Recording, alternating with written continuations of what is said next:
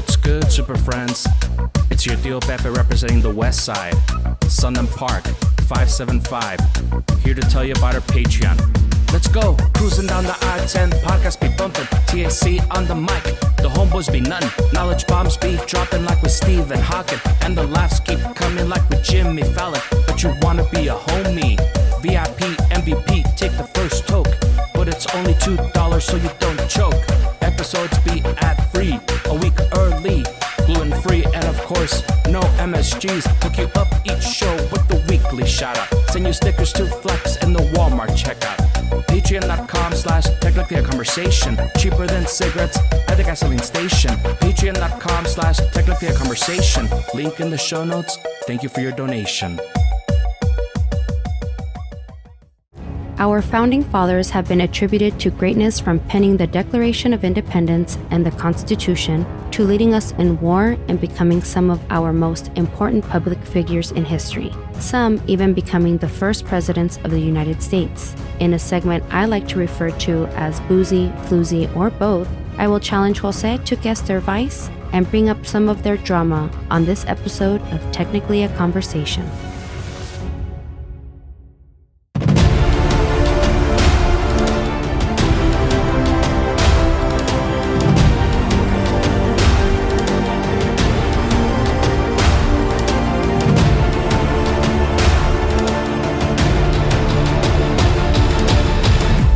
Greetings. You're listening to Technically a Conversation, a podcast where we share an interesting topic or story with each other and hope you find it interesting as well. I'm one third of your hosts, Elena, and I'm joined, as always, by my boozy and floozy brother, José. How's everything going? Hijo.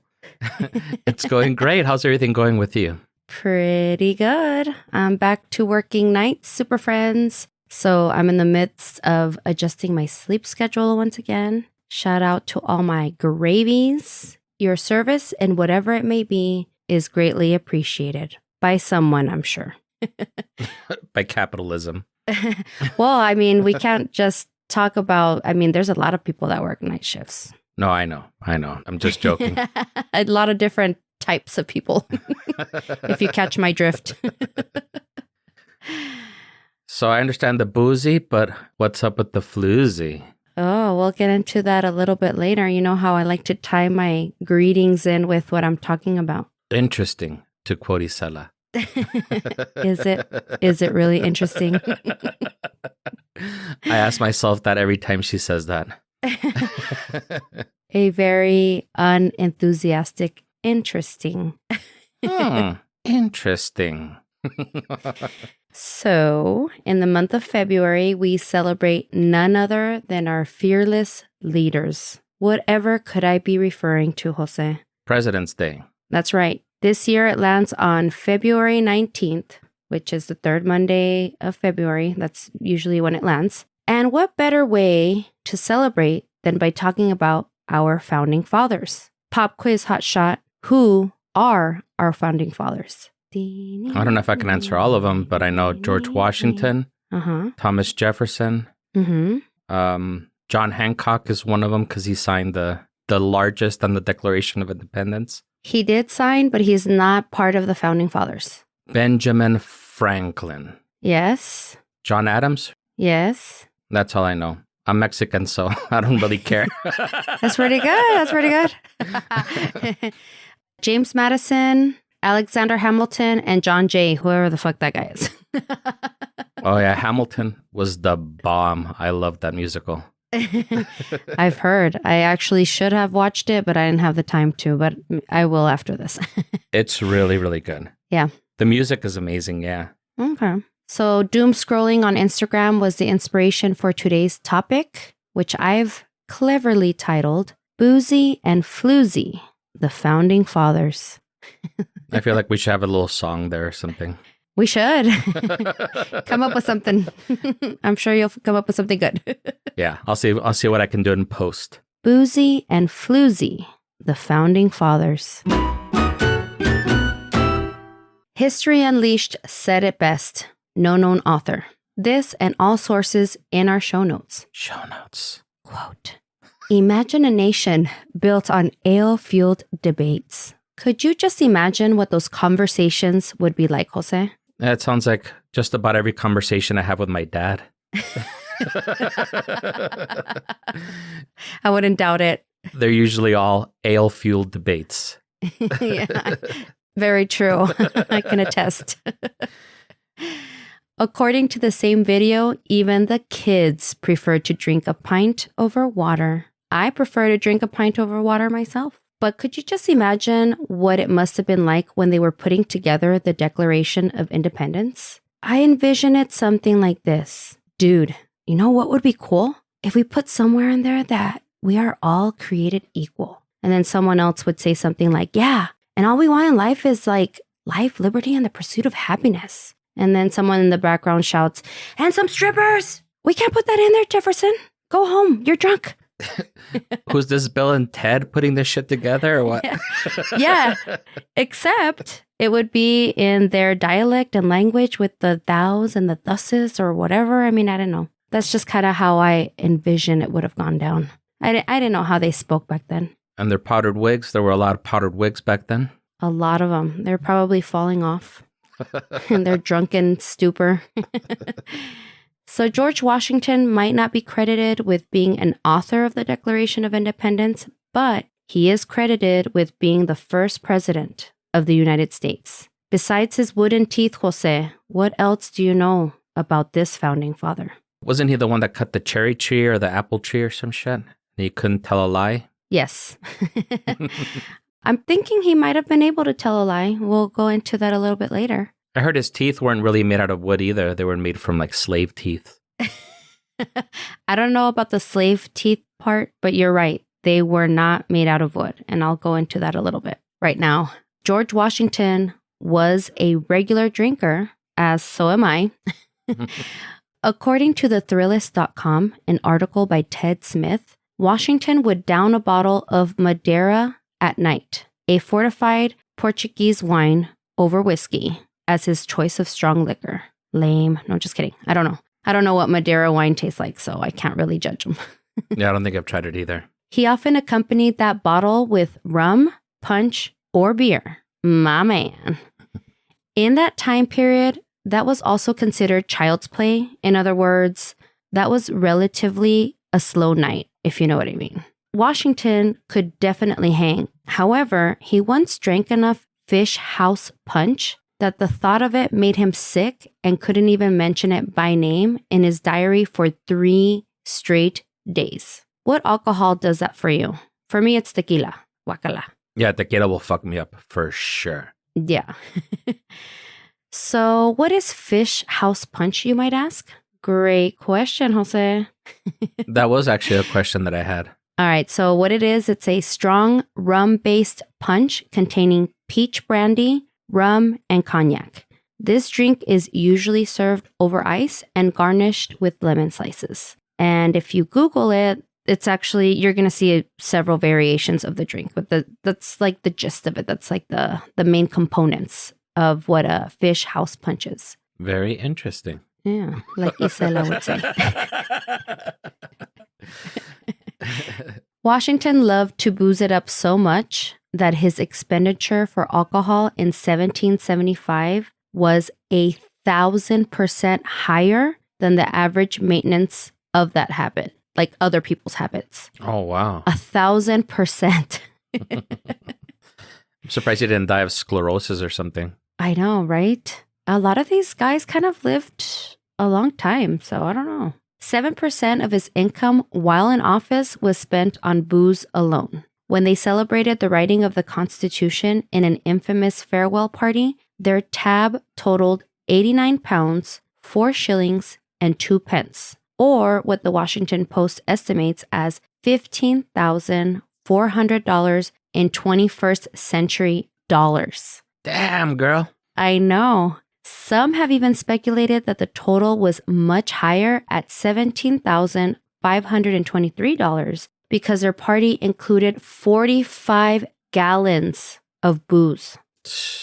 George Washington and about 54 of his closest war buddies consumed the following: 54 bottles of Madeira, 60 bottles of claret, 22 bottles of porter, 12 bottles of beer, 12 bottles of beer on the wall, 12. I'm not just kidding. 8 bottles of hard cider, 8 bottles of old stock, and 7 large bowls of spiked punch, which I'm assuming is that fish house punch. That's such an awful name. Like, hearing that doesn't make me want to try it. I wish I would have had the ingredients to have made it before this episode, so I could have given you like my impression, my first impression. Aye. And what happened to your dry January or whatever? Dry January went down the drain. I you know what? I maintained it for as long as I could, but with the migraines I've been having, sometimes I get home from work and I'm like, fuck it, man. But I've actually been pretty good. You know, speaking of migraines, I actually misspoke on your Tylenol episode. About the ibuprofen? Yes, because it actually doesn't increase your estrogen. It's actually kind of the opposite. It lowers your testosterone. So that's what was causing, I think his name is Alan Richter. That's what was causing him to have all the weird mood swings and shit from such high doses of ibuprofen that he was having. Yeah, I remember you telling me that like a couple days later. Yeah, well, I wanted to put it on the record, just in case anybody's keeping tabs or whatever. I know, right? They're like, my estrogen levels are too high. Nope, it's actually your testosterone levels that are too low. Are too low. There you go, folks. So can you imagine what that hangover must have felt like the next day? Fuck. Fuck no. I have a hangover just reading that. All right. So the staining of George Washington's teeth is what caused him to change out his teeth, leading to the myth that George Washington had teeth made out of wood. They were simply very stained dentures. I don't know if they were made out of his like slaves' teeth, but they were dentures and they were very stained. Yeah, I heard that that's what they would do. Like if they had like whatever their dentures or whatever, and if they were missing like a front tooth or whatever, they would just go to a slave and pull that tooth out and knock that tooth out. Well, I mean, I don't know what would be more barbaric, having it knocked out or having it yanked the fuck out. Yeah, I know. That's horrible. Well, I don't know. I didn't read that. I didn't go into that detail, but now I'm kind of curious. Yeah, either way, it's fucking awful. Yeah. This Super Friends is what American freedom was founded on.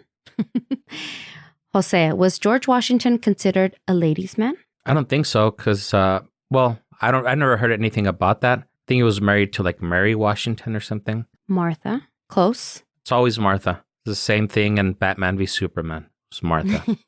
Always. Well, according to an article in the Chicago Tribune by BPT, there is no evidence that he was an adulterer. However, while George Washington was engaged and later married to Martha, love letters were sent to a one, Sally Fairfax, who was married to Washington's neighbor and good friend, George William Fairfax. Letters written to Sally suggest that Washington was in love with this beautiful and sophisticated woman. I know. While engaged to Martha, at a time that Washington thought he was at death's door because he had contracted tuberculosis, which had earlier killed his older brother, he wrote to Sally pleading with her to nurse him back to health, or at least be close to him before he died. She complied. It came easy to her because she only lived 4 miles away, and her husband was away in England for the winter. It was those brown teeth. Those brown teeth are so sexy. She complied because of the brown teeth, and they really attracted her. That was the Spanish fly of the 1700s. Gross. Although none of her letters to Washington have ever been recovered, maybe because he destroyed them or Martha did once he passed, what we do know is one of the last letters written to Sally. After winning the Revolutionary War and serving 2 terms as president, Washington wrote, quote, "Many important events occurred and changes in men and things have taken place, but all the events taken together have not been able to eradicate from my mind the recollections of those happy moments, the happiest of my life that I have enjoyed in your company." Oh, he's a sweetheart. Such a sweetheart. So he might have been a lazy man, not a lazy man at all. It was a tuberculosis that made him lazy. Yeah. But did not kill him because, he's still lived on and married Martha, even though he was in love with Sally. But he was Boozy and Floozy. Nice. All right, so let's talk about our second president, John Adams. What do you know about him, Jose? I'm ashamed to say that I don't know very much about him. Yeah, neither did I. But he was our first ever vice president. Oh, okay. There you go. He was the Joe Byron of his era. Byron? Joe Byron. In a segment that I like to call, Is he Boozy, Floozy, or both? What's your guess? I want to say he was both. All right, let's find out. Here are some facts that you might not know about our late president, John Adams. And in this case, you definitely do not know because we just discussed that. All right. An article written by Anya Kane for BusinessInsider.com details his daily routine. Adams was very much a proponent of early to bed, early to rise. He usually started his day before dawn, as early as 5 a.m. Hueva. I know. He typically ate breakfast around 8 a.m., but not without his gill of hard cider. He later wrote, quote, I shall never forget how refreshing and salubrious we found it, hard as it often was, end quote. He's talking about cider, my friends. Get your mind out of the gutter. When he traveled to Philadelphia, he would instead drink Philly beer. He wrote to his wife Abigail Adams once, quote, I drink no cider, but feast on Philadelphia beer, end quote. By 3 p.m., the Adamses ate dinner as a family, and there isn't much out there about Adams and his pursuit of drinking except for the fact that he really loved hard cider and also enjoyed Madeira wine. Was Adams an adulterer, Jose? I think I had said it both. Yeah, you did. The answer is there is no evidence that would suggest that he ever cheated on his wife. Big hard no. He was known to be a religious man who kept very detailed reports about his expenditures while he was away. Adams seems to be calmadito compared to his salacious counterpart, Washington. Let's move on to President numero tres, number 3, Thomas Jefferson. But before we do, I think this would be a good time for an ad break.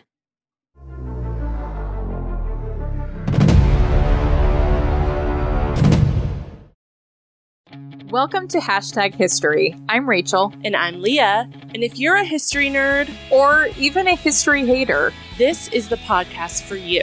Even if history was your least favorite subject in school, we can guarantee you will like this podcast because we talk about all the things that your history textbooks did not. Things like how the Bonnie Prince Charles and his Jacobite uprising was a bit of a disaster. Yeah, or how the pharaoh Akhenaten was so disliked by Egyptians that they literally purged his name from nearly all of their records and pretended like he had never existed.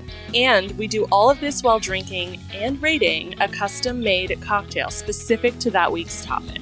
So grab a drink, take a seat, and hang out with us each week as we learn all about history's greatest stories of controversy, Conspiracy, and corruption.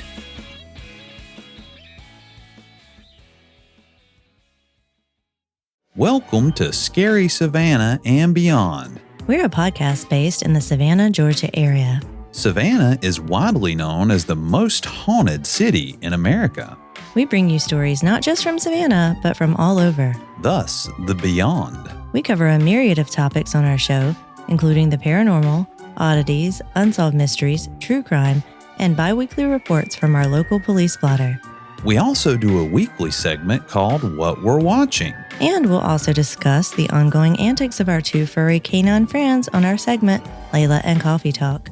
So tune in every week on Sundays at 8 p.m. Eastern Time to Scary Savannah and Beyond, everywhere podcasts are sold.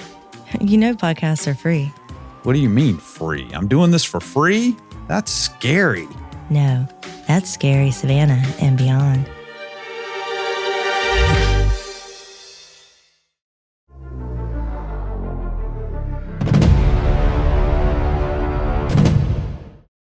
And we're back. We're back. Did you grab any good ciders during the break? Nope, I'm still drinking my bourbon. Awesome. Is it good? Yeah, it's early times, bottled in bond. Awesome. Pretty good stuff. And I'm thinking I'm gonna have to get with my guy Brett from the last podcast ad we heard. Yeah. Got to show him where we sell the good podcast, where you can make some money on the black market selling them. Aye. I don't know if there's such a thing. Well, there probably is. All right. So before the break, we talked about our first and second presidents' drinking habits, as well as their maybe indiscretions. Moving on to our third fearless leader, Thomas Jefferson. Jose, what can you tell me about him? Well, I know that he had a lot of lovers with some of the female slaves that he kept. Yes. I think he was very big proponent of the First Amendment, the freedom of speech. And that's about all I can say because, again, I'm not very good when it comes to American history or especially history about the forefathers. Yeah, I know. Me neither. So far, we've come up with the conclusion that our founding fathers were probably inebriated at the time that the Constitution was written. Oh, yeah, huh? Yes. So you say that he was a floozy for sure. What about boozy or both? I don't know. I don't think I've ever heard anything about him drinking, but I had also never heard about George Washington drinking. So I'm assuming if you're bringing him up, it's going to be both. All right, let's find out. In an LA Times article written by Jack Smith titled Thomas Jefferson Under the Influence, Jefferson is said to have been in a tavern during one of the drafts of the Declaration of Independence. Picture this. Thomas Jefferson sitting in a tavern, a blank page of parchment in front of him, and a freshly poured ale. Then he touches his pen to the paper and he begins to scribble. When in the course of human events, ...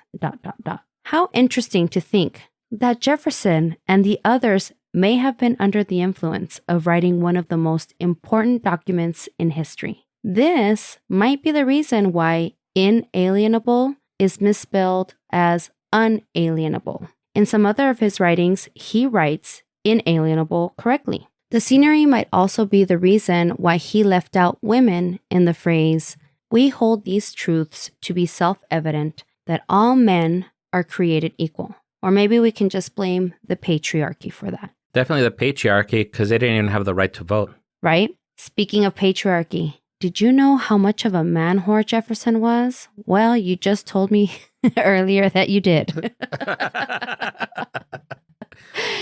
I was watching something on YouTube or something where they had like all these people that they did that 23andMe or whatever. That's what I was about to bring up. It's Key and Peele. Well, Key and Peele is a comedy. This was actually like something that was real. No, yeah. Oh, well, it was an Ancestry.com commercial that they made up. Oh, okay. Go ahead then. Yeah. So Key and Peele, they did this really funny short, which I'll share in the link if you and our super friends if you're interested in seeing it. But the gist of it is that it's an Ancestry.com commercial and several people are claiming to be descendants of Thomas Jefferson. And of course, they're all black. So that's the funny part. And at the very end, there's like this lady that comes out, "I'm a descendant of motherfucking Thomas Jefferson." It's a good one. I don't know if it's the same one that you're talking about, but it's kind of sounds like it. It's not. The one that I saw was actual, like real people that they were doing the 23andMe or whatever, the DNA test. You know how it shows you like what regions your family's from and everything. And they all happen to be black people. So they were like, yeah, but you have like descendants like in Africa and shit. And in the United States. And I guess like they looked more into it and a lot of them were descendant of Thomas Jefferson. Yeah. Okay. So I'm assuming then that Key and Peele ripped off the idea from that then. I don't know if I would say ripped off, but they were probably influenced by it. Oh, influence. Yeah. That's what I meant. I'm inebriated. Leave me alone. No, just kidding. Yeah. But there were like a few people that they had on there. They were like, oh, fuck. I can't believe that I'm like related to this fool. Yeah. Well, Cal State has a really neat family tree of Jefferson showing how he had just one daughter with his wife, Martha, also named Martha. It's always Martha. It always comes down to Martha. Not the same Martha as George Washington. There's a different Martha, Martha Wells. So he had one daughter with his wife, but he fathered 7 kids with his slave and mistress, Sally Hemings. I don't know if there were other mistresses, but this is the one that, this is a well-known one, I guess you could say. Of course, the link will be in the show notes so you could see that beautiful Christmas tree. No, family tree. Okay. So I guess I get a bell on this one, right? Yes. Jefferson was no stranger to scandals. An alcoholic Scottish journalist named James Thomas Callender may have let the cat out of the bag and published Jefferson's indiscretions in 1802. Besides fathering 7 children with his slave/mistress, he and his old buddy, none other than John Adams, president number 2, displayed a very public feud. Once best friends, when Jefferson lost the presidency to Adams, Adams asked him to be his VP, and he denied it. In 1800, these two were pitted against each other as contenders for the presidency, and a sour Thomas Jefferson called Adams a hermaphrodite. That was actually published in the newspaper. Adams claimed that if people voted for Jefferson, they would have murders all the time, incest, wives sleeping around, and then Jefferson rebutes this by claiming that Adams ships prostitutes in from all over and that he's a hermaphrodite. So then Adams goes to the paper and he has them publish that Jefferson's dead. Were these fools Republican or what? These are like the early Republicans or some shit. So they were actually, they actually had opposing points of view as far as the law came. So one was Republican, the other was Democrat. And at one point they were best friends, but then when Adams won and Jefferson lost to him, he just became real bitter and they just started feuding against each other. And I guess like their social media of the day was to go to the newspaper and be like, guess what? Fucking Adams is a hermaphrodite. And then the other one would come back and, well, you know what? Jefferson's dead. So you can't even vote for him. It was pretty bad. You know what I had to check just because I know that it was going to bother me? What? So Thomas Jefferson was part of the Republican Party. Okay. John Adams was from the Federalist Party, which like that shit doesn't even exist anymore. No, it doesn't. Yeah, but they had opposing viewpoints. So Thomas Jefferson was the OG MAGA. I guess so, yeah. So they were like a bunch of kids just writing negative stuff about each other. They'd go to the newspapers and be like, hey, publish this. And they'd eat it up and they'd do it. And so this guy that outed Jefferson about his mistress, he actually had employed him prior to that so that he would write a bunch of negative stuff about Adams. Long story short, they didn't talk for years. And then Adams started writing to Jefferson. Jefferson writes back. They become friends again. And although they were miles apart, they both die on the same day, Independence Day in 1826, the 50th anniversary of the signing of the Declaration of Independence. I know, crazy, huh? How romantic, yeah. Super. Newspaper reports that Adams' last words were, Jefferson still lives. He had no clue that just hours earlier, Jefferson had died. We don't know what Jefferson's last words were. How I love that man. How I love and miss him. All right, so on to founding father number 4, also known as the 4th president of the United States, James Madison. Was he Boozy, Floozy, or both? I think I'm just going to answer both for all of these and have my hand cautiously on the buzzer, ready to press. Well, as far as his drinking habits go, he was not a heavy drinker, at least compared to his other counterparts. He was a fan of drinking champagne, but not more than just a few glasses because he said that it would give him a headache the next day. Samesies, Maddie. Me too.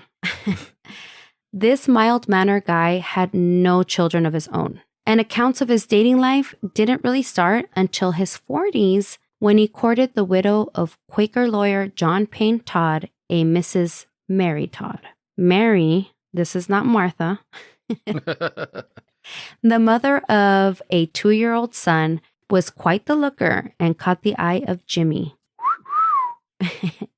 Madison really wanted to meet her, and after 6 months of dating, he proposed. But she turned him down, stating that it was far too soon. Not giving up, he continued to date her, and they eventually married. They were married for 40 years and are known in history as one of the happiest and most devoted presidential couples in history. Womp, womp, womp, womp. Oh, I actually have that.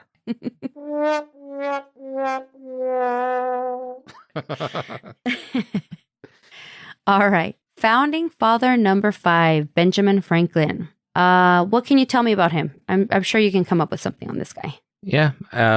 He was famous for his kite experiment. Right? I hear that they found a bunch of dead bodies in his basement after he had died. Yes. What is up with that? He was a very prolific inventor. Like, he pretty much invented everything back in the day, like the eyeglasses. He wrote the Poor Richard's Almanac or Poor Man's Almanac or some shit like that. Yeah, so contrary to popular belief, he had the kite experiment, but he did not invent electricity. And he did not invent the kite either. He did not. Nor lightning. Nor the key. Yes.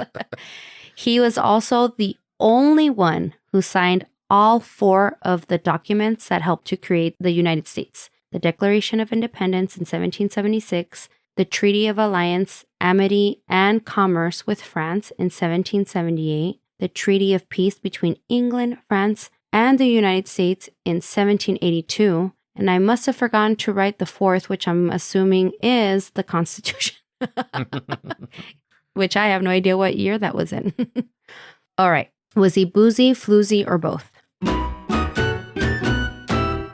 I've never heard of him having any women, so I think that and he was an inventor too. So you don't have time to invent shit if you've got women in your life. So I want to say that he was boozy only. All right. Well, as far as his boozy status goes, I couldn't find anything that would suggest that he was a drinker. Apparently, he was quite the opposite and may have actually despised drunks. That's what made him healthy, wealthy, and wise. However, he was a womanizer. He was a fan of women. He loved them and couldn't get enough of them. Wow. Yes. Several articles even list the names of his lovers, such as Catherine Ray, Margaret Stevenson, Polly Stevenson, Margaret's daughter, Madame Brion de Joie, I don't know if I'm saying that right, and Madame Helvetius, amongst others. No Marthas? No, actually, just Margaret. I think his wife was Martha, though. I think he was married to a Martha, I want to say. But this lady that he was married to was actually married to somebody else. So it was just a common law relationship. So I get a big old buzzer on this one. Yes. He even wrote advice to a friend on choosing a mistress. And you can find that article in our show notes. But do you want to know what his advice was? Get yourself a cougar. Although it's strange that he went for Polly, but I'm guessing that after Polly, he realized that you want somebody with experience. Yep, that's usually the case. Yeah. For the sake of time, I'm going to lump these two together. Founding fathers number 6 and 7, Alexander Hamilton and John Jay. José, was Hamilton boozy, floozy, or both? I know definitely he was floozy because he had a mistress in Hamilton the play. Not sure about boozy. That part I don't remember. But I'll say he was both. Oh, you were so close. I couldn't find much about his drinking habits, but he is part of the Floozy Club. While he was the Secretary of Treasury, he had an affair with Maria Reynolds. The husband discovers this affair and extorts him for about $1,000 in today's money. James Reynolds, the extortionist, which sounds kind of weird, he gets arrested and is trying to get out of it and exclaims that he has information on Hamilton and accuses him of embezzling. Future President James Monroe confronts him and Hamilton comes clean about the affair. Meanwhile, this information is later published in a newspaper because, again, this was the social media of their day. And last but not least, number 7, John Jay. Was he boozy, floozy, or both? Both. That is my final answer. Honestly, I couldn't find much information on this guy at all. For all we know, he could have been both. The only thing that I could find on this guy was a bunch of his accomplishments. So, I don't know. He could have been boozy, could have been floozy, could have been both. He could have been either. And who was Double J again? Or whatever you said? John Jay. I have no idea. You're like, who is that guy? Yeah. Exactly. That's what I said. I was like, why is this guy like founding father number 7? Was he a president or something? No, he wasn't a president either. Also, like the last name is Jay, like Jay. Mm-hmm. Oh shit, I thought you were like trying to be cute or something with the name. No. John Jay, Double J. Yeah. Alrighty then. So before we wrap things up, we're going to shout out our Patreons. And Jose, please do the honors for me because I don't have the list of the people. Special shout out to our super homies, super friends, Sophia, Natasha, Eric, and Angie. And if you want to be super cool and help support the show, get the episodes a week early and ad-free, get your name shouted out on the show, and get some stickers from us a few times a year. Check out patreon.com/technicallyaconversation or check the show notes. And best of all, it's only $2 a month. You can't even buy a bottle of Salamander's fish oil or whatever the fuck. Fish bowl punch. Oh, fish bowl punch. Salamander. Sounds disgusting. Salamander's fish oil. No thanks. And on that note, we hope you enjoyed the show and join us again next week. If you're enjoying the show, leave us a review, tell a friend, and subscribe wherever you listen to podcasts. Yeah. Follow us on the socials at GreetingsTAC, email us at greetingsTAC@gmail.com, or leave us a voicemail at 915-317-6669 if you have anything to share with us. About our presidents. Or about your boozy or floozy status. That actually sounds a lot more interesting than about the presidents. Yes. Let me say that again. Picture this. It sounded too Mexican. Picture this. Picture this, man. Watcha. Thomas Jefferson. You know, he was sitting down. No. Okay. On next week's episode of Technically a Conversation. Pappy Van Winkle is considered the Cadillac of bourbons. It's highly sought after for its great taste, legendary, mythical status, and rarity. While a bottle of its flagship 23-year bourbon retails for $250, they only make 84,000 bottles a year, so they commonly sell for over $4,000 on the secondary market. When 200 bottles go missing, it makes international news. That's what happened in 2013 when the great Pappy Van Winkle bourbon heist occurred. A Netflix documentary in 2021 introduced many people to this crime and its cast of colorful characters. A wider bourbon theft ring, police corruption, comically insecure whiskey distilleries, and steroid abuse. And they almost got away with it too. But despite all the attention, some mistakes might have been made. Grab your Glencairns, give yourself a generous pour, and let's discuss the great Pappy Van Winkle bourbon heist of 2013. New episodes drop Monday. Make sure to subscribe so you never miss a show.